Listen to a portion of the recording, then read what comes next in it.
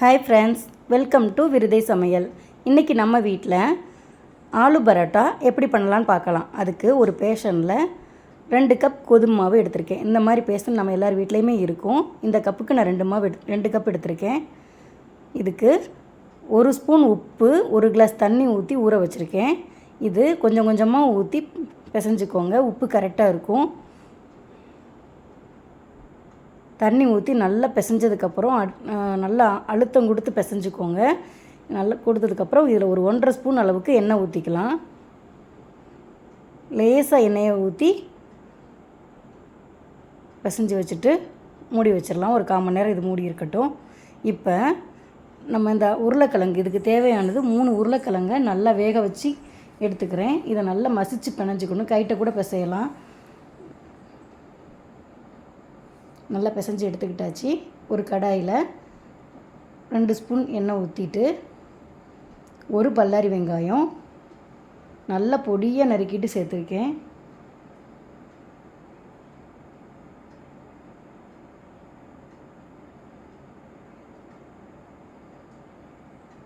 ரெண்டு பச்சை மிளகாய் சேர்த்துருக்கேன். 1 ஸ்பூன் இஞ்சி பூண்டு பேஸ்ட் சேர்த்துருக்கேன். இதில் நல்லா இஞ்சி பூண்டோட பச்சை வடை போக நல்லா வதக்கிக்கோங்க. இந்த மசாலா கொஞ்சம் ட்ரையாக தான் இருக்கணும். 1/4 ஸ்பூன் மஞ்சள்தூள் சேர்த்துருக்கேன். மல்லி புதினா கொஞ்சோண்டு சேர்த்துக்கோங்க. ஒரு 1/2 ஸ்பூன் கரம் மசாலா, 1/2 ஸ்பூன் அளவுக்கு மிளகாத்தூள் கம்மியாக சேர்த்துக்கோங்க. ஏன்னா பச்சை மிளகாவும் சேர்த்துருக்கிறதுனால காரம் கூடிடக்கூடாது. மசிச்சு வச்ச உருளைக்கிழங்கையும் சேர்த்துட்டு இந்த மசாலா ஃபுல்லாக ஒன்றா கலக்கிற அளவுக்கு பிரட்டி விட்டுக்கோங்க. இது நல்லா பிரட்டதுக்கப்புறம் ஒரு 1/2 எலுமிச்சப்பழத்தை இதில் புழிஞ்சு விட்டுட்டு ஆற விட்டுருங்க.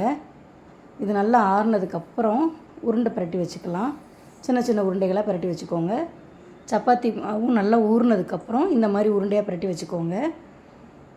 இது 2 ஒரு ஓரமாக இருக்கட்டும். பாருங்கள் இந்த உருண்டை எப்படி இருக்குன்னு. இது மாதிரி இந்த அளவுக்கு நான் உருட்டி வச்சுருக்கேன். இது ஒரு ஓரமாக இருக்கட்டும். இப்போ சப்பாத்தி கல்லை போட்டு இதில் மேல் மாவு தேய்ச்சிக்கலாம். நம்ம உள்ளங்கை அளவுக்கு தேய்ச்சிட்டு இதை இந்த உள்ள உருளைக்கிழங்கை அமுத்தி விட்டிங்கனாலே இந்த மாதிரி வந்துடும்.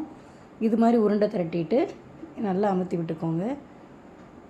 இதை மேல் மாவு போட்டு லேசாக அமுத்தி தேய்ங்க. மேல் மாவு போட்டிங்கன்னா அது இதாக உடையாமல் வரும். இதில் இருக்கிற எல்லாத்தையுமே இதே மாதிரி நம்ம தேய்ச்சி வச்சுக்கலாம்.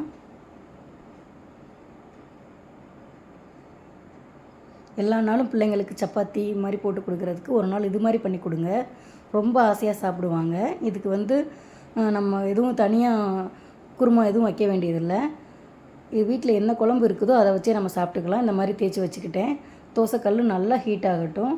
நல்லா ஹீட் ஆன உடனே இப்போ இதில் போட்டு எடுத்துக்கலாம். ஒரு பக்கம் சூடாக ஏறின உடனே மறுபக்கம் பிரட்டி விட்டுக்கோங்க. 2 பக்கமும் இந்த மாதிரி நல்லா வெள்ளை கலராக மாறின உடனே இதில் நம்ம கொஞ்சம் நல்லா நெய் ஊற்றிக்கோங்க. நெய், வெண்ணெய் எதுனாலும் சேர்த்துக்கலாம். தோசை கரண்டியை வச்சு அழுத்தம் கொடுங்க. நல்லா வரும், புசுன்னு வரும். இதே மாதிரி நான் தேய்ச்சி வச்ச எல்லா பரோட்டாவையும் போட்டு எடுத்துக்கிறேன். அதில் இருக்கிற மல்லி புதினாவோட வாசம் சூப்பராக இருக்கும்.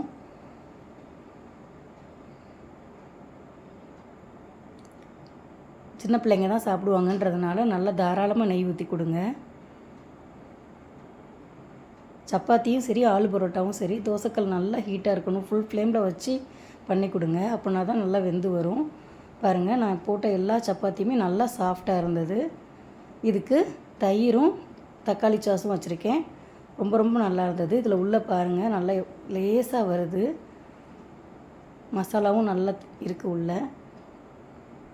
நீங்களும் இந்த மாதிரி ட்ரை பண்ணி பார்த்துட்டு எப்படி இருக்குன்னு கமெண்ட் பண்ணுங்கள். தேங்க்யூ.